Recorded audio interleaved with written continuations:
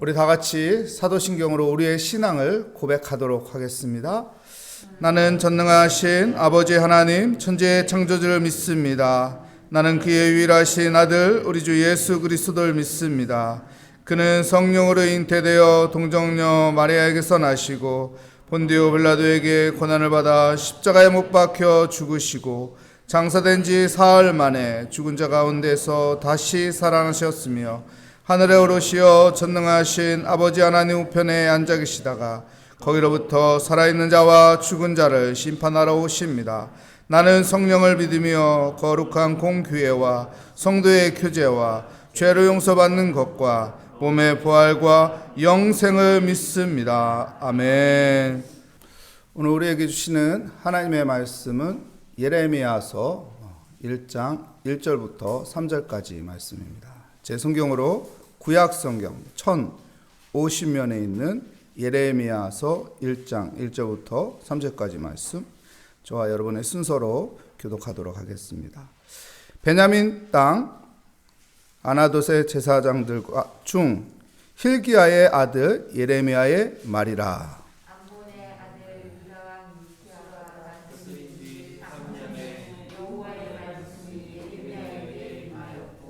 우리 3절 함께 읽겠습니다. 요시야의 아들 유다의 왕 시대부터 요시야의 아들 유다의 왕 시드기야의 11년 말까지 곧 5월에 예루살렘에 사로잡혀 가기까지 임하니라. 아멘. 오늘 말씀의 제목은 사막에 핀 꽃, 사막에 핀 꽃이라는 제목으로 하나님의 말씀을 증거하겠습니다. 여러분, 사막을 지나가는데 사막에 꽃이 펴 있어요. 그 꽃이 어떤 꽃이긴 그건 중요하지 않고 꽃이 폈다면은 어떤 꽃이든 그 꽃은 어떻게 보일까요? 아름답게 보이죠. 이야, 사막에 꽃이 펴 있네. 사막에 핀 꽃은 어떤 꽃이든 그건 중요하지 않고 사막에 꽃이 폈다는 그 자체가 엄청나게 아름답게 모든 사람들에게 보일 것입니다. 사막에 꽃이 핀 것은 신기하고 귀하고 기적이고, 또한 사막에 꽃이 폈다는 것은 소중한 하나의 아름다운 모습인 것이죠. 사막에 핀 꽃 하면서 생각난 게 예레미야 선지자입니다. 우리가 예레미야 선지자 하면 어떤 선지자로 알고 있죠? 눈물의 선지자. 왜 눈물의 선지자일까요, 여러분? 선지서를 보면은 대선지서가 있고 소선지서가 있어요. 대선지서하고 소선지서의 차이가 뭘까요? 장수 차이에 장수 많으면은 대선지자고 장수가 적으면은 소선지자예요. 대선지자가 누구 있죠? 이사야 선지자, 예레미야 선지자, 에스겔 선지자, 그리고 다니엘서 맞나요? 대선지서 맞죠? 다니엘서도 대선지서, 이렇게 4개가 대선지서입니다. 대선지서. 4개가 대선지서고 소선지서는 한 12개 정도 또 있죠. 이사야서는 66장으로 되어 있고 예레미야서는 52장, 그리고 에스겔서는 48장, 다니엘서는 12장으로 되어 있습니다. 예레미야 선지자는 눈물의 선지자라고요. 눈물의 선지자. 왜 눈물의 선지자일까요? 여러분, 예레미야 선지자가 사역할 때 그 시대적 배경이 그렇게 편한 시대가 아니었습니다. 사역하기에 참 어려운 시대 때 사역했고, 눈물 흘리지 않을 수 없는 그런 어려운, 여러분 생각해 보세요. 일제시대 때, 일제강점기에 사역했다고 생각해 보십시오. 6.25 전쟁 그 시대에 사역했다고 생각해 보세요. 그 당시에 제가 목회자였다면은 편했을까요? 일본 경찰들이 가만히 놔둘까요? 저기 북쪽 사람들이 가만히 놔둘까요? 설교도 다 감시했잖아요.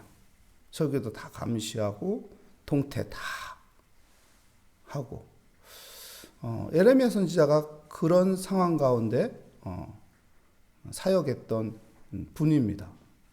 그렇기 때문에 힘들었었죠. 힘들었었고, 그리고 예레미야 선지자가 말씀을 전할 때는 사람들이 듣질 않았어요. 진리의 말씀을 전하는데 진리의 말씀을 듣지 않아요. 거짓 선지자의 말에는 귀를 크게 열고선 듣는데, 예레미야 선지자는 진리를 선포하는데, 하나님의 말씀을 선포하는데, 하나님의 말씀은 듣지 않고 거짓 선지자의 말에 귀 기울이고 산단 말이에요. 그럴 때 사역했으니 얼마나 힘들고 얼마나 눈물을 많이 흘렸겠습니까? 눈물의 선지자 예레미야. 자, 우리 1절 말씀 볼까요? 베냐민 땅 아나돈의 제사장 중 hil기야의 아들 예레미야의 말이라. 야, 여기 예레미야서를 시작하면서 베냐민 땅 아나돈의 제사장들 중, 베냐민 땅 아나돈의 제사장들 중, 이 아나돈이라는 이 단어가 중요한 것이죠. 왜냐하면은 열왕기상 2장 26절에 보면은 이 아나돈 땅에 대해서 이야기합니다. 역사적인 배경을 우리가 알아야 이해할 수 있어요. 다윗 왕이 죽고 누가 왕이 되죠? 솔로몬이 왕이 됩니다. 근데 솔로몬이 왕이 되기 전에 어려운 위기가 있었죠. 무슨 위기인가요? 뭐 때문에 어려운 위기가 있었죠? 아도니아가 왕이 되려고 했어요. 왕이 되려고 해가지고 어떻게 되죠? 아도니아가 왕이 되려고 했을 때 제사장이 있었어요. 다윗에겐 2명의 제사장이 있었죠. 사도하고 아비아다라고 2 제사장이 있었는데, 아도니아에게 누가 붙었죠? 아비아달 제사장이 붙었고, 솔로몬에게 사도시라는 제사장이 붙었어요. 근데 결국 누가 왕이 됐어요? 아도니아는 왕이 되지 못하고 솔로몬이 왕이 됐어요. 그러면은 아도니아는 처형됐고, 그리고 아비아달은 어떻게 됐나요? 귀양당합니다. 귀양간 곳이 자기 고향 아나돗이라는 거예요. 그 제사장 가문이잖아요. 제사장 그 가문들이 다 쫓겨난 거예요. 다 쫓겨난 이 아나돈에 이 몰락한 이 가문이 거기에서 사는 거죠. 근데 그 몰락한 가문에서 누가 태어난 거예요? 예레미야가 태어난 거예요. 예레미야가 태어난 거예요. 여기서 하나님께서 우리에게 주시는 메시지가 뭐냐면요. 하나님은 이 몰락한 가문이지만은 하나님께서는 또한 거기에서 하나님을 향하는 마음을 가지고 열정을 가지고 하나님을 향한 사명감을 가지면은 하나님께서 또 거기서 들어 쓰신다는 거예요. 우리는 가문을 중요시 여깁니다. 그러죠? 그래서 결혼도 좋은 가문하고 결혼하려고 하고, 또 좋은 가문과 연결을 맺으려고 하고, 좋은 가문을 중요시 여겨요. 좋은 가문과 연결되면 좋죠. 근데요, 하나님은 가문이 안 좋아도 하나님을 향하는 그 마음이, 하나님과 마음이 합하면은 쓰시는 거예요. 다윗도 그렇잖아요. 양치기 소년이었어요. 그죠? 형들은 좋은 옷 입고 좀 어느 누구보다 보기에 괜찮은 거지만, 하나님은 그 형들 다 제치고 저기 들에 간 다윗, 관심 없는 다윗을 선택을 합니다. 여기에서 주는 메시지는 뭐냐면은 하나님의 눈에 마음이 들어야 한다는 거예요. 하나님의 눈에. 여러분, 우리가 하나님 눈에 마음에 들려고 살아야 돼요. 하나님 눈에 마음에 들려고 여러분 기도하고요. 하나님 눈에 마음에 들려고 믿음 생활 잘하고 하나님 눈에 마음에 들려고 내 태도를 바르게 하는 것이 중요한 것을 성경은 우리에게 가르쳐주고 있어요. 여러분 금수저로 태어나면 얼마나 좋겠어요. 야, 쟤는 금수저로 태어나서 좋겠다. 아버지 덕 때문에 출세했네. 할아버지 덕 때문에 출세했네. 누구나 다 갖고 싶은 마음이잖아. 아니 누구나 다 한 번 정도는 갖잖아요. 안 그런가요? 아닌가? 나만 그런가? 어쨌든 예, 금수저를 부러워하잖아요. 금수저로 태어났어요. 근데 하나님께서 우리에게 다시 소망을 주는 것은 흙수저로 태어났어도 하나님께서는 하나님을 향하는 마음을 가지면은 하나님께서 또한 그에게도 기회는 준다는 것이죠. 그래서 우리가 믿음을 가지고 환경이 안 좋아도 형편이 안 좋아도 소망을 버리지 말고 믿음을 가지고 여러분 하나님을 의지하며 살아가는 믿음의 사람이 되시기를 축복합니다. 그 2절 말씀, 1절 말씀에 보면 또, 보세요. 베냐민 땅 아나돈의 제사장들 중 힐기야의 아들 예레미야의 말이라. 또 선포하는데, 하나님의 말씀이니라 이렇게 말하지 않고, 예레미야의 말이니라 이렇게 말합니다. 중요한 것이죠. 예레미야의 말이라. 이 당시 많은 사람들이 예레미야의 말을 듣지 않았어요. 하나님의 말이라고 생각하지 않았어요. 근데 예레미야의 말이 하나님의 말이었어요. 하나님의 말이었어요. 하나님은 그의 입술을 통해서 하나님의 말을 선포했어요. 근데 사람들은 예레미야의 말이 하나님의 말로 듣지 않았어요. 생각을 해보십시오. 우리나라 망합니다. 우리 백성들이 죄를 짓고 회개하지 않아서 망합니다. 빨리 정신 차리고 엎드려야 합니다. 겸손해져야 합니다. 막 선포한 사람이 예레미야 선지자예요. 사람들이 듣지 않았어요. 예레미야를 어떻게 봤을까요? 매국놈으로 보죠. 저 나쁜 놈. 우리나라가 망한다고? 지금 힘들어 죽겠는데 이 나라가 산다고 해도 될까 말까인데 이 나라에게 기회가 있습니다. 우리 힘을 모읍시다. 이렇게 말해도 될까 말까인데 절망적인 얘기를 해? 나라 망한다고? 이 나라에 이렇게 가다는 나라 망한다고? 빨리 회개하라고? 우리가 뭐가 잘못했다고 회개하라고만 얘기해? 기분 나쁘게? 이렇게 받아들였다고요, 그때는. 예레미야의 말을 하나님의 말로 받아들이지 못했다고요. 참 가슴 아픈 거죠. 하나님의 말을 하나님의 말로 받아들이지 못하고 하나님의 말이 아닌 말을 하나님의 말로 받아들이는 그런 시대였으니 예레미야가 눈물이 안 나올 수밖에 없죠. 눈물을 흘릴 수밖에 없죠. 하나님의 말씀을 전하고 있는데 하나님의 진리의 말씀을 선포하고 있는데 다들 길을 닫은. 여러분 하나님의 말씀에 귀가 열리기 위해서 여러분 기도하는 사람이 되십시오. 하나님의 말씀이 들리기 위해서 여러분 하나님 앞에 엎드리십시오. 그래야 영적인 귀가 열리는 것이고 영적인 안목이 보이는 것이고 영적인 믿음의 삶을 살아갈 수 있는 것입니다. 여기 있는 분들은 매일 새벽마다 기도하니까 하나님께서 그의 귀를 하나님의 말씀 듣는 귀로 사용하실 것을 믿습니다. 우리 하나님의 말씀을 듣는 귀가 되기 위해서 어떤 상황 속에서도 기도하는 믿음의 사람이 되길 축복합니다. 2절 3절 말씀 볼까요? 암몬의 아들 유다왕 요시야가 다스린 지 13년에 여호와의 말씀이 예레미야에게 임하고. 보십시오. 암몬의 아들 유다왕 요시야가 다스릴 때 예레미야 선지자에게 하나님께서 임하셔서 그를 사용하신 거예요. 그때 왜 요시야를 드러내는 걸까요? 여러분 요시야는 남유다의 마지막 성군입니다. 마지막 성군이에요. 근데요 요시야 왕이 어디에서 죽죠? 무깃도 전투에서 죽어요. 무깃도 전투가 어떤 내용인가요? 애굽에서 북쪽에 있는 아수르 대국과 싸우기 위해서 올라가는데 중간에 남유다 땅이 있잖아요. 그래서 남유다 땅에게 문을 좀 열어줘라. 그럼 우리가 올라가서 전쟁하고 그냥 조용히 내려가겠다. 남유다는 건드리지 않겠다. 근데 요시야 왕이 그걸 안 믿죠. 그래서 무깃도 전투를 하다가 애굽 군대들과 무기투전투 하다가 어떻게 해요? 죽어요. 목숨을 잃는다고요. 그때부터 이제 남유다는 이제 기울어지는 거예요. 요시야 시대가 끝나면서 기울어지는 거예요.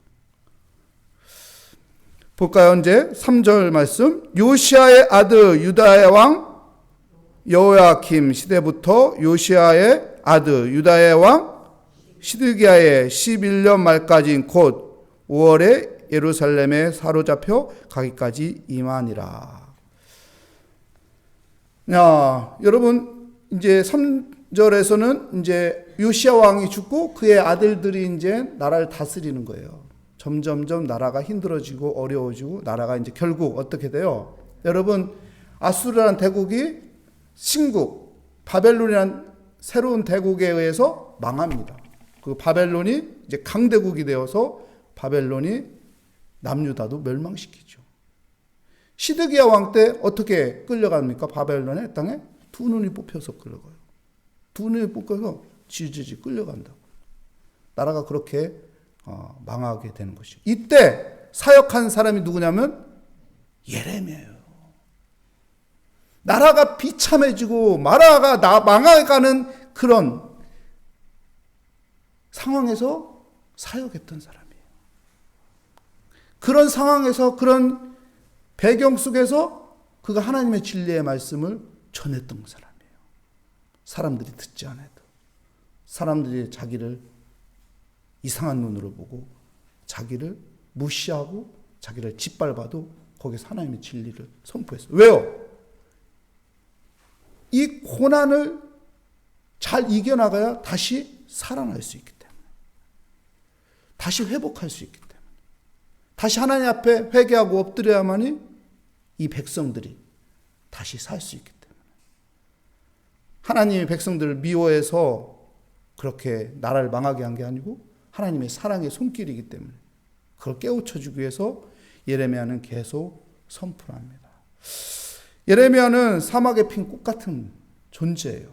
그 어려운 환경과 상황과 배경 속에서 하나님의 사역을 했었던, 어느 누구에게도 인정받지 못해도 그냥 하나님께 인정받는 그 하나로 그냥 어려운 가운데 사역했던, 우리 일제 강점기에 핍박 속에서 목숨 내놓고 사역했던 분들처럼, 6.25 전쟁 사회주의자들에 의해서 짓밟히면서도 사역했던 목회자들처럼 사역했던 분이 오히려 그것보다 더 힘들었을 수도 있죠. 어쨌든 예레미야 선지자는 이렇게 사막에 핀 꽃 같은 존재였습니다. 여러분, 우리도 이 시대에 사막에 핀 꽃처럼 믿음 잃지 않고 하나님의 말씀 붙잡으며 기도하며 살아가는 믿음의 사람이 되시기를 축복합니다. 기도하겠습니다. 하나님 감사합니다. 사막에 핀 꽃처럼 살았던 예레미야, 우리가 신앙생활하면서 때로는 교회 다니는 것이 불편하더라도 하나님 신앙을 숨기지 않고 사막에 핀 꽃처럼 살아가는 믿음의 사람이 되게 하여 주시옵소서. 주께 감사드리며 예수 그리스도의 이름으로 기도합니다. 아멘. 하늘에 계신 우리 아버지, 아버지의 이름을 거룩하게 하시며 아버지의 나라가 오게 하시며 아버지의 뜻이 하늘에서와 같이 땅에서도 이루어지게 하소서. 오늘 우리에게 일용할 양식을 주시고 우리가 우리에게 잘못한 사람을 용서하여 준 것 같이 우리 죄를 용서하여 주시고 우리를 시험에 빠지지 않게 하시고 악에서 구하소서. 나라와 권능과 영광이 영원히 아버지의 것입니다. 아멘. 오늘 말씀을 다시 한번 생각하며 우리의 마음을 하나님 앞에 올려드리며 믿음의 눈을 가지고 이 시간 하나님 앞에 우리 함께 엎드려 기도하도록 하겠습니다. 오 하나님 감사합니다. 주의 은혜 가운데 하나님 새벽을 깨우게 하시며 믿음 갖게 하여 주시며 주를 바라보게 하여 주시니 감사합니다. 하나님 항상 깨어서 겸손하게 기도하는 자가 되게 하여 주시옵소서. 그래서 하나님의 뜻을 알고 하나님의 말씀이 내 귀에 들리는 믿음의 사람이 되어서